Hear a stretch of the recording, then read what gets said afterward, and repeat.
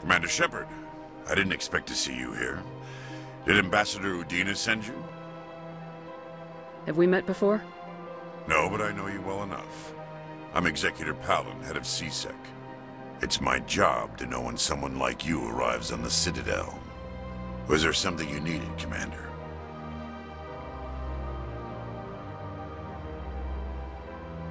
I get the feeling you're not too fond of humans. No, I just don't trust your kind. Not yet. You humans are eager to take all the power you can get, and you're being given a lot. If the Council wants to make humanity their new favorite pet, that's their business. But I don't have to like it.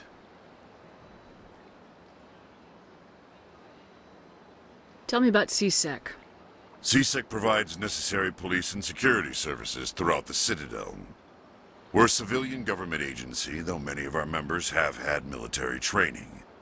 Of course, as the CSEC representative to the Council, I spend most of my time liaising between the two.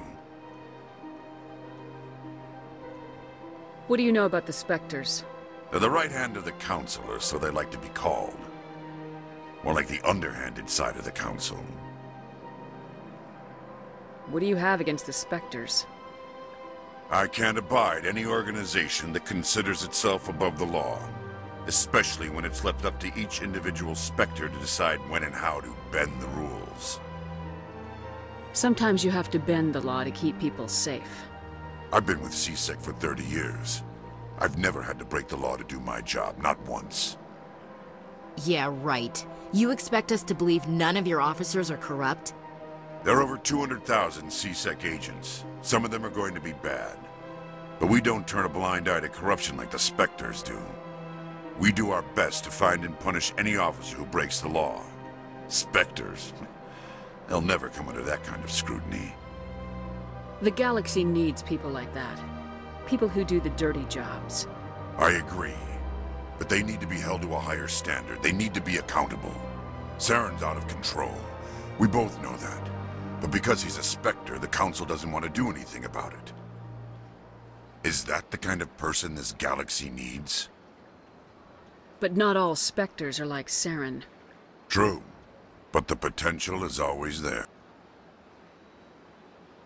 I'll be going now. Welcome to Presidium Tourism Terminal 2.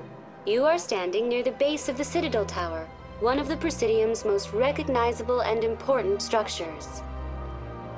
Behind me is the spectacular Relay Monument, a scale model representation of a Prothean mass relay. To your left is one of the Keepers, the enigmatic caretakers of the Citadel, working on a control panel. You may see Keepers involved in various tasks throughout all levels of the Citadel. We ask that you do not interfere with them in any way. The Keepers are essential to the smooth operation of the Citadel. Obstructing their daily work will result in harsh penalties, including incarceration and rehabilitation. I'd like to know more about the Keepers. Little is known about these peaceful servants of the Citadel, though they are essential to the operation and maintenance of the entire station. Citadel regulations protect the Keepers against interference during the performance of their tasks. Failure to comply will result in harsh penalties. Keepers can be seen in all sections of the Citadel, but are typically found in and around the tower. Any particular reason there are so many Keepers in this area? The Keepers do not communicate with other species. It is assumed, however, that the tower houses the Citadel's primary control systems.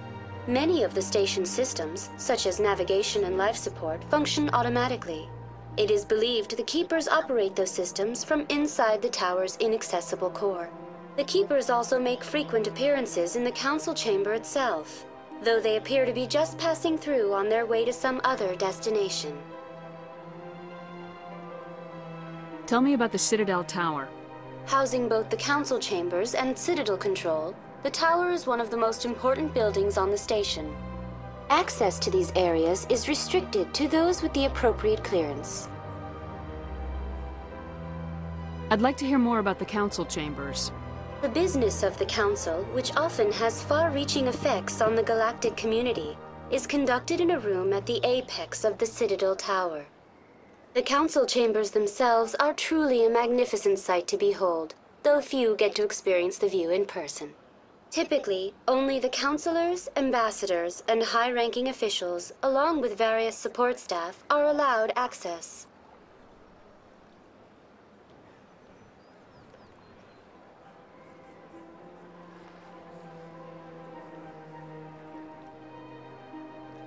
What if someone has business with the Council? The average citizen must go through the proper channels if they wish an audience with the Council. This is usually arranged through their respective ambassadors. Even then, few are given access to the actual Council chambers. In most cases, the ambassador acts on behalf of the citizen.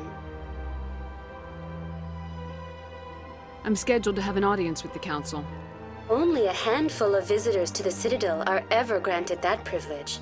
I would be jealous, but that is outside the scope of my programming. What happens in Citadel Control?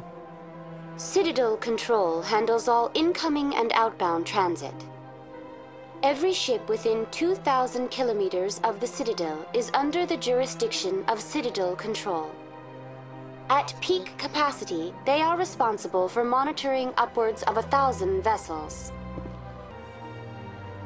Tell me more about the Relay Monument. Discovered by the Asari who first arrived at the Citadel, the Relay Monument is one of the station's most interesting and controversial features. What is the meaning behind this striking piece of art? Is it a tribute to Prothean vanity? A reminder of their conquest of the galaxy through mass relay technology? Or perhaps it is a symbol of unity, a Prothean acknowledgement that the relays would eventually lead other species here to the Citadel. No one can say for sure, making the Relay Monument a favorite topic of discussion among academics and scholars.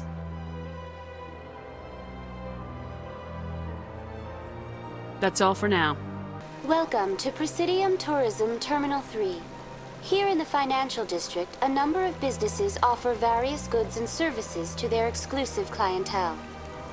The statue you see before you was commissioned to honor the Krogan soldiers who gave their lives to protect Citadel space during the Rachni Wars. In the aftermath of the Krogan rebellions, several embassies petitioned to have the statue removed. However, this motion was eventually quashed by the Council.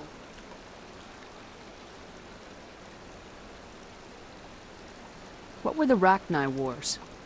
Nearly 2,200 years ago, explorers seeking to expand Citadel space opened up mass relays leading to systems controlled by the Rachni. A highly intelligent and aggressive insect race, the Rachni unleashed a war of conquest against the rest of the galaxy that lasted for nearly 3 centuries. The emergence of the Krogan finally turned the tide in favor of the Citadel species. Krogan forces provided the numbers necessary to halt the Rachni advance and drive them back. The Krogan then pursued their retreating fleets. Able to survive the harsh environments of the Rachni homeworlds, the Krogan hunted their enemy to extinction.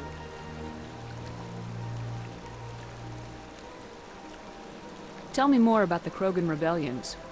In recognition of their efforts during the Rachni Wars, the Krogan were granted several new colony worlds by the Council. Over the next 400 years, the Krogan species began to expand. Blessed with an extremely high birth rate, their numbers began to swell. Faced with a critical overpopulation crisis, the Krogan started a violent colonization of nearby worlds inhabited by other Council species. The Krogan rebellions had begun. For a full century, the Council and its member species fought to bring the Krogan under control. With the aid of the newly discovered Turian Empire, they were ultimately successful. Why did the Council fight so hard to keep the statue? The Krogan were instrumental in saving the galaxy from the Rachni threat. The Council believed this historical fact should not be forgotten. The Council also hoped that preserving the memorial would improve diplomatic relations with the Krogan and bring about a peaceful resolution to the rebellions. Unfortunately, the Krogan refused to negotiate and only surrendered after their population and homeworlds had been ravaged by the Turians. That's all for now.